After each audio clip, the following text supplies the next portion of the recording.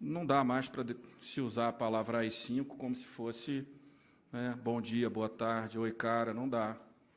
Né? Um repórter me perguntou agora, o que você tem a dizer para o Paulo Guedes? Eu falei, leia o Google, pelo menos dá o Google lá, o que é AI-5, só o do Google, não precisa ir muito longe, não. Só ali ele vai... O que manifestação de rua tem a ver com AI-5?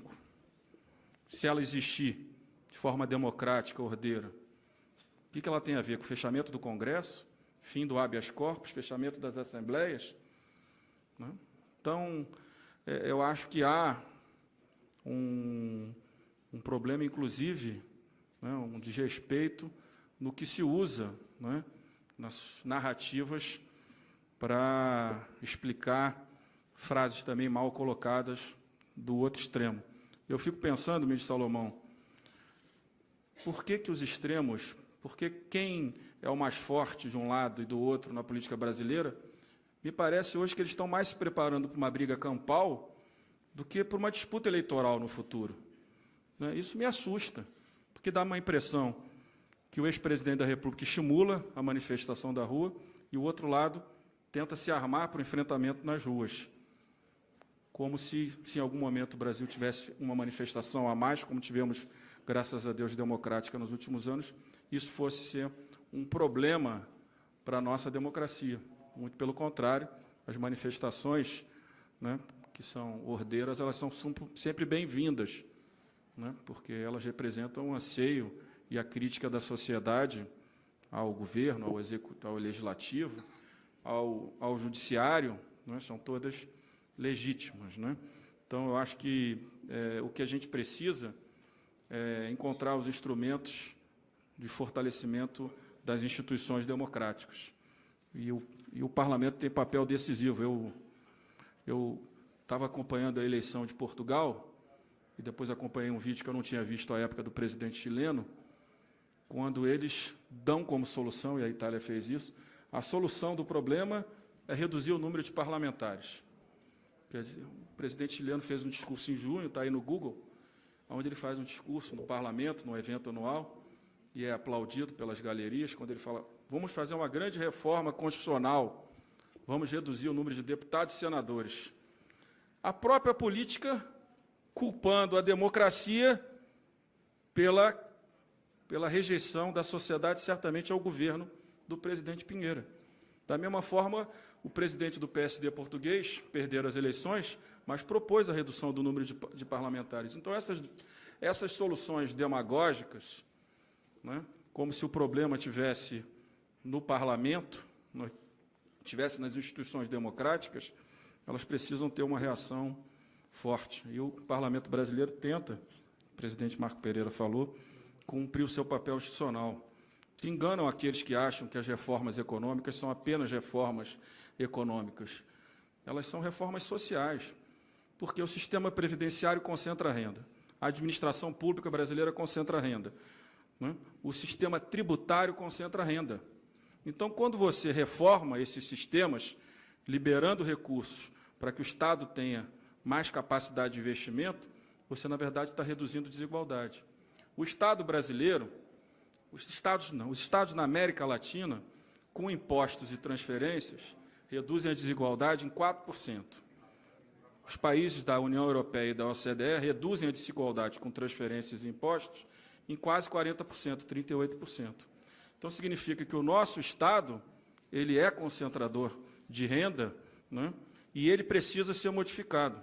E acho que o que o ministro Paulo Guedes precisa fazer é convencer rapidamente ao presidente Bolsonaro que encaminha a reforma administrativa para os novos servidores. Nós não queremos conflito com o passado, nós queremos construir um novo futuro. E, para isso, a gente precisa também reduzir as despesas correntes e investir, e aumentar as despesas de capital. Porque na América Latina inteira, nos últimos 20 anos, quase todos os países aumentaram as despesas correntes em detrimento das despesas de capital. O que significa isso, do meu ponto de vista? Nós investimos no passado e abrimos mão do futuro. É um dado da realidade. E nós precisamos investir na qualidade do servidor público, sim, na segurança do seu trabalho, mas precisamos compreender que esse Estado, que custa 40% do PIB para a sociedade, sobra, no caso do governo federal, um orçamento de 1 trilhão e 500 bilhões, sobra 30 bilhões para investimento. está errado. Independente se alguém pensa mais com viés estatal ou mais liberal na economia, mas esse Estado não atende ao cidadão. E para que a gente tenha uma democracia plena, as instituições precisam responder a essas demandas da sociedade, com redução de pobreza, desigualdade, melhoria da qualidade da educação e emprego. E isso é a base de tudo. Então, acho que a gente não pode aceitar mais, de forma nenhuma, que se use essas palavras que tão mal fizeram ao nosso país e vão continuar fazendo, porque eu não acho que quando você usa de forma equivocada a palavra AI-5, a pessoa, um investidor que quer investir a longo prazo no Brasil, que ele se sinta confortável. Ao contrário, isso gera instabilidade e insegurança, e aí por isso que muitas vezes a gente vê o Brasil projetando crescer 2%, 3% e cresce 1%, como esse ano. Porque em vez de a gente gerar segurança jurídica e institucional, nós mesmos vamos gerando as inseguranças que tiram o interesse e a confiança do setor privado de investir no nosso país. O problema da fake news é que, no passado, a capacidade dela de se disseminar era muito mais lenta do que é hoje. Eu acho que esse é o nosso grande problema hoje. As fake news, elas sempre existiram, né? Quantas campanhas nós tivemos com jornais falsos, panfletados, né, no dia da eleição, com informações, com fake news.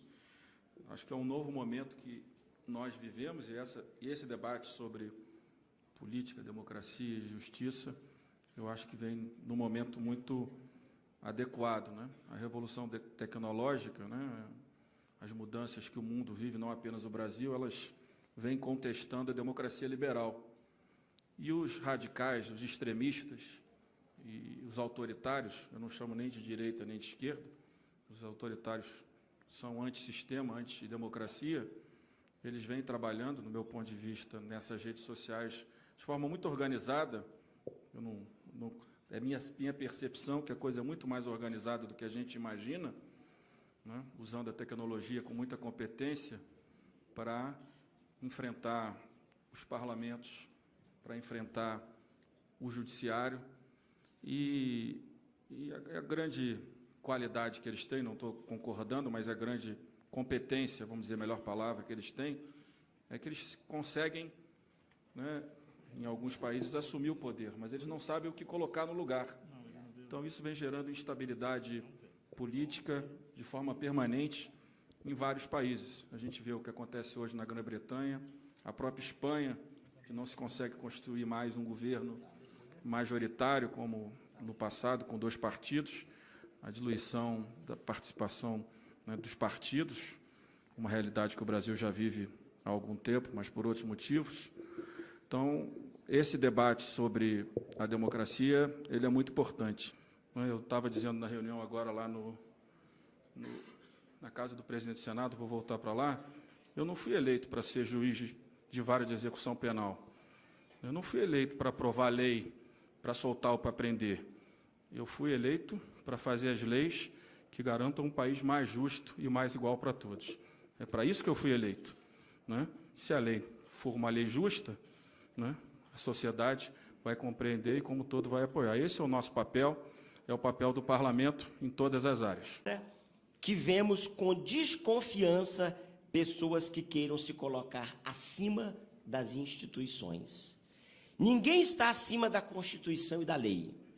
Desde o presidente da República, seja ele quem for, a pessoa mais simples, no mais longínquo município, deve respeito às regras da nossa democracia, inclusive o Supremo Tribunal Federal, que tem o dever de ser o guardião da Carta Maior. Nosso sistema é imperfeito, é verdade, mas, como disse o estadista britânico Winston Churchill, ninguém pretende que a democracia seja perfeita ou sem defeito. Tem-se dito que a democracia é a pior forma de governo, salvo todas as demais formas que têm sido experimentadas de tempos em tempos. É uma frase do primeiro-ministro, do então primeiro-ministro da Inglaterra, que é impecável. Nenhum país do mundo está a salvo de problemas, por melhor, por mais desenvolvido e por mais democrático que ele seja. Mas eu estou convicto de que um grande passo que todos eles tomaram para chegarem mais perto do ideal foi investir em educação, em eficiência e promover cidadania em todos os níveis. No Brasil, infelizmente, celebra-se muitas das vezes a estupidez. Comemora-se o fracasso do próximo, trabalha-se contra o país para justificar uma narrativa ideológica, incutiram na cabeça das pessoas que ter sucesso é ruim, que ganhar dinheiro é um problema social, quando, na verdade, não ganhar dinheiro é que é o problema. Como falei no início, temos problemas reais e muito graves para resolver, em vez de ficarmos trocando ofensas nas redes sociais e por meio da imprensa. É hora de separar os homens dos meninos. E aqui eu me valho do apóstolo São Paulo para novamente citar um texto bíblico. O apóstolo Paulo narra sobre o seu amadurecimento em 1 Coríntios capítulo 13, versículo 11, quando ele diz assim, Márcio: quando eu era menino, falava como menino, sentia como menino, discorria como menino. Mas logo que cheguei a ser homem, acabei com as coisas de menino. Em outras palavras, é hora de acabar com a molecagem. Precisamos trabalhar e nós, no parlamento, estamos fazendo nossa parte, presidente Rodrigo Maia, por um Estado menor, mais ajustado, desburocratizado e eficiente. Precisamos de um país com regras claras, com segurança jurídica, com estabilidade política e trabalho para todos.